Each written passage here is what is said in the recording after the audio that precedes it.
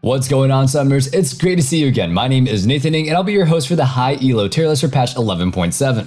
As always, I'll go over all the champion balance changes and provide you with tier lists created by our high ELO analysts. For our full rundown, make sure you check out our other patch rundown on our channel. Finally, remember that this tier list is for high ELO players, and that unless otherwise stated, there are unordered within each tier. Hit us with a sub button and let's hop into the content.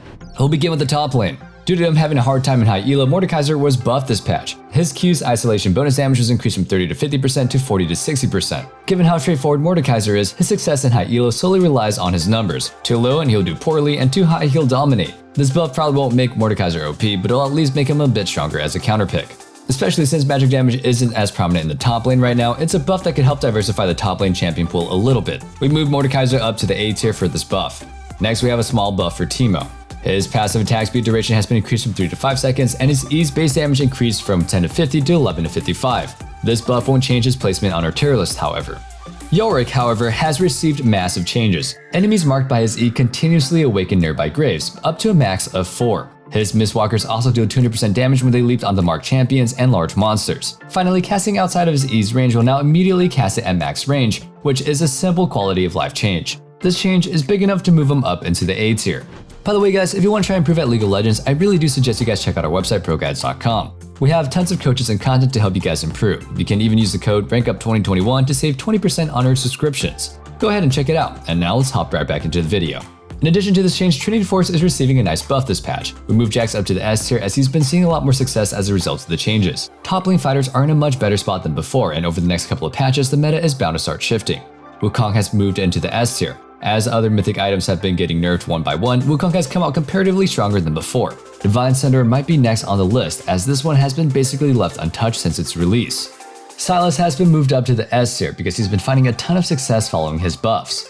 Nocturne and Warwick have been added to the top of the tier list as they've been gradually gaining popularity in high ELO. Although they're rather unpopular, these are currently picks that we need to keep track of, and they've been placed in the S and A tier respectively. Shen Zhao has also been added to the C tier, but we're still gathering a lot more information on him. Speaking of these junglers finding their way to the top lane, here's our question of the day. What champion do you think will be more fun when played outside of their established role? I personally think Lee Sin is really fun to play in lane. I've had my fair share of Lee Sin support games, and not gonna lie, I think I enjoy laning with him more than I do playing him in the jungle. Let me know your answers in the comments below.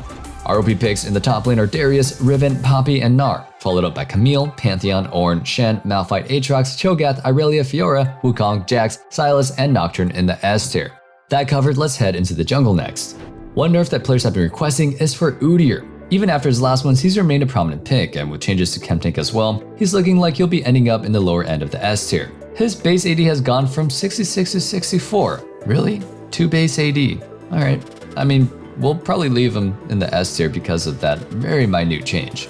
Hecarim has remained a dominant high ELO pick even after several nerfs. This patch, his E's maximum movement speed was decreased from 75 to 65%. In spite of this, we think Hecarim will still remain OP, even if Chemtank was also hit. He ended last patch with a 53% win rate and a 70% ban rate in elite levels of play. This guy was crazy, and some nerfs his movement speed alone won't be enough to take him out. While his win rate has dropped, he's still a crazy strong pick. Ivern was also nerfed this patch. After Daisy was bug fixed, he ended up being a little bit too strong. Although unpopular, it's been made clear over the past few patches that Ivern is a little bit too strong. His E's damage was reduced from 70 to 170 to 70 to 150. Ivern will remain in the S tier even after these nerfs. For buffs though, we've got Kindred to start. As she's been underperforming in most brackets, she's up for some love this patch. Her Q's bonus AD ratio has gone up from 65 to 75%, while her E's cooldown was reduced from 18 to 14 to 16 to 12 seconds. These are some very nice buffs, and I think with a reduced cooldown on E, Kindred is going to be a lot harder to escape from. We're going to be leaving her in the A tier, but think that she'll be finding a lot more success in low ELO this patch. Amumu buffs are here as well, but given that we're already talking about high ELO players, he's not going to be seeing much change. His Q base mana cost was reduced from 50 to 70 to 30 to 50, and his E's cooldown was decreased from 10 to 6 seconds to 9 to 5 seconds. Now, he'll remain a pick that'll be best used in low ELO as he's susceptible to invades and becomes irrelevant pretty quickly. We've made a couple of shifts to the list as well. First, like in our original patch rundown, we moved Shaco into the OP tier. Slowly but surely, he's becoming a top tier pick. With nerfs left and right to everybody else, he's slowly coming out on the top, and his ban rates and win rates have been increasing gradually. Kha'Zix was moved down to the S tier to leave a spot for him. Finally, Nocturne and Shen Zhao have been moved up into the A tier. Nocturne has gradually been seeing more success, especially since he's a flex pick at the moment. This adds uncertainty for the enemy team during Champion Select. Xin Zhao is seeing a lot more success after the quality of life buffs that he received recently. Our OP picks are Karthus, Hecarim, Elise, and Shaco, followed up by Udyr, Graves, Nunu, Evelynn, Kayn, Lilia, Kindred, Talia, Fiddlesticks, Ivern, Rek'Sai, Viego, Nidalee, Skarner, and Kha'Zix in the S tier. They'll be covering up the jungle, so we'll go ahead and run through the mid lane. First for the mid lane is a buff for Yasuo. Outside of the upper end in Challenger, Yasuo has not been doing so hot. In the rest of high elo, his win rates have been super low, but this buff should help pick him back up. This patch, his AD per level has been increased from 2.2 to 3. Especially for high elo players, this buff is huge as it means that they'll be rewarded more heavily for surviving and making it to the later stages of the game. These little numbers do matter, as every single point of damage does actually count in closer fights. Yasuo also crits every attack, so any damage buff is essentially doubled for him. Lissandra also received a small buff. Surprisingly, in Diamond 2 and higher, she actually held a solid win rate below 52%. The reason that she's been ranked so low in previous patches is her extremely low play rate. With this buff, she should be seeing more of the spotlight. Lissandra's Q damage has gone up from 70 to 190 to 80 to 200. Although Everfrost is weaker than before, the early game damage buff should really help high elo players find that early lane pressure and go ahead and potentially set up plays by the time that level 6 comes around. We've added Xin Zhao to the mid lane tier list as well this patch. The final change that we made is that Sylas is once again moved up into the S tier. Those buffs helped him out a ton, and after a nerf to Everfrost, we expect him to remain a strong pick. While it's not a huge change, we also moved Veigar up into the B tier. He received buffs back in 11.4 and has been seeing a lot more success. Even though Everfrost has been nerfed, he'll likely retain a decent win rate. The fact that an infinitely scaling champion can hold a win rate as high as 51% in high elo is pretty surprising.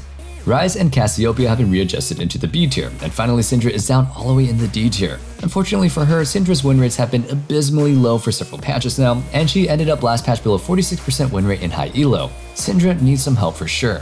Our OP picks for the mid lane are Katarina, Kassadin, and Talon. We'll need to keep track of Zed specifically in the S tier.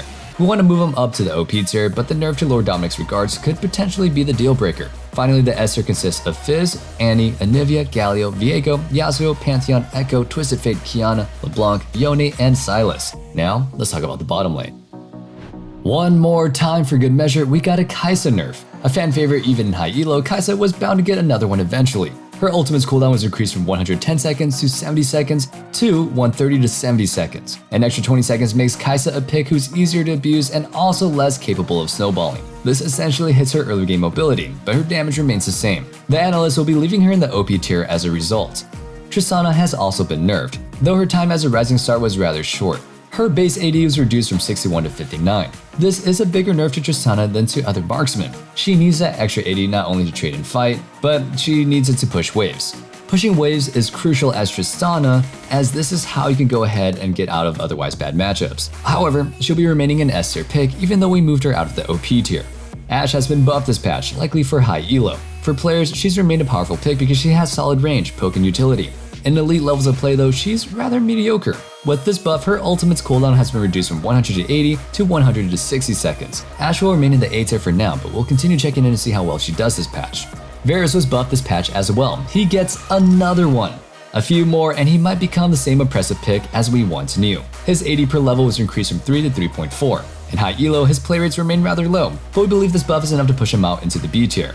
The final changes that we made to this list is that Jinx has been swapped into the OP tier following Tristana's nerf. Sivir is also up to the S tier because she's a great counterpick to a lot of champions. And even though she's in a losing matchup, she still provides a ton of value for her team. Samara has been moved up into the A tier and Veigar has been added to the list as well. Veigar's win rate has been incredibly high in the bot lane, nearing 53% in elite play. But his low play rates mean that we can't place him in the S tier just yet. Nonetheless, we need more data, and having more AP options in the bot lane is always nice for variety.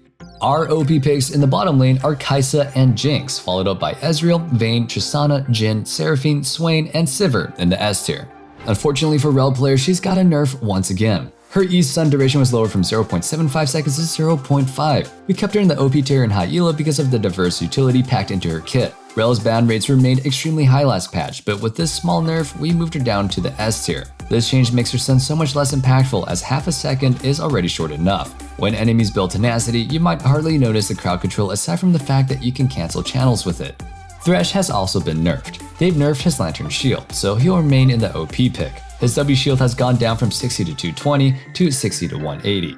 Next is Alistar. His Q's damage has been reduced from 60 to 240 to 60 to 220, and his E's damage on attack has gone down from 35 to 290 to 20 to 275. He's been valued highly on specific servers, but these nerfs should hopefully put an end to the days of Alistar 1v1ing your ADC. Well, probably not completely.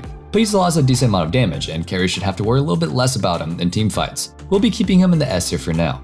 Finally, we have Braum, who was buffed. His E's cooldown was lowered from 18 to 10 seconds to 16 to 8 seconds. Also, his R's maximum knockup duration was buffed from 1 to 1.5 seconds to 1 to 2 seconds. Although he's been underperforming in high elo, this buff to his E is huge. He'll be a great answer to ranged champions, as he'll have his shield ready more often. Especially in the later stages of the game, a mix of armor and ability haste should help him protect allies from enemy marksmen. We'll be leaving him in the A tier for now. Nami has moved into the B tier as she's a rather unsafe pick right now. A lot of other popular supports may apply a ton of kill pressure in lane, and it's not safe for her to lane against a lot of them. Our OP picks are Thresh and Lulu, followed up by Bard, Morgana, Janna, Alistar, Blitzcrank, Leona, and Rell in the S tier. That will conclude our high elo tier list for patch 11.7. Thank you guys so much for watching, and we really hope that you guys enjoyed it. Check out the description for a link to join our Discord, as it'd be really great to have you. And if you ever want to hit me up, just go ahead and let me know. We'll play some games through that Discord. Until next time, stay safe, stay healthy, and have a wonderful day. Peace.